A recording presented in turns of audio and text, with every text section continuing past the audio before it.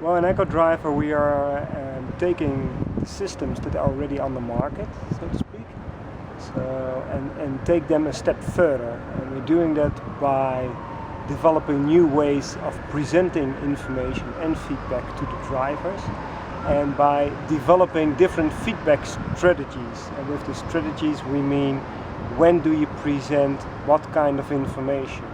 Quite often eco-driving is related to speeding up or slowing down, which saves a few immediately, but you can also think of a number of other things within the vehicle that you could use or not use, and through that also save energy and fuel. And we are going to look at all those aspects, so not only on how to present information, that's HMI wise, but also when and what to present.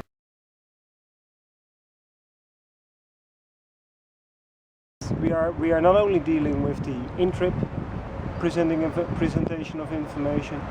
From the literature we already know that providing information post-trip or pre-trip also influences the drive, so that's also something that we need to take into account, and we will do that indeed.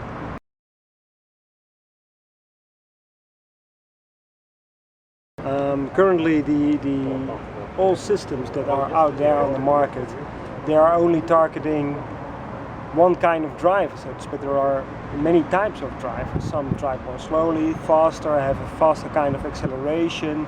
Some people are more easily to comply with the advice given, others are less easily to convince.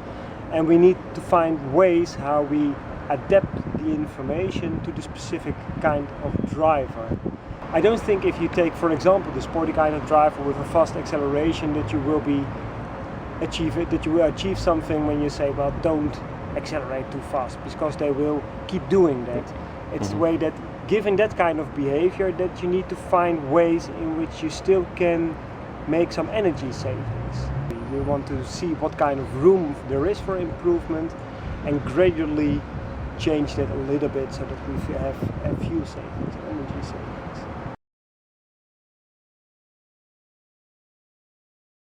By making the systems, let's say, appealing to the drivers, by having a nice HMI, there are different ways of presenting whether drivers are driving eco-friendly or not. There are different ways you can present it to a driver, and some people are more in a competitive kind of have a competitive kind of nature, and which you should see it as a competition through Facebook or other social media, that you can achieve that you drive more eco-friendly than your neighbor or than your friends on Facebook.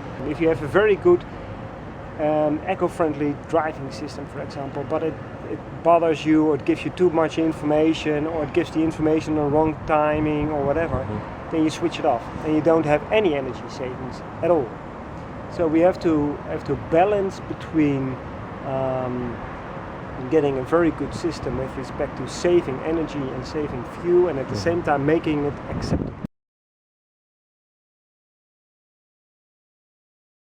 If you talk about in-vehicle, basically you have three options. That's visual, that's auditory, or that's haptic.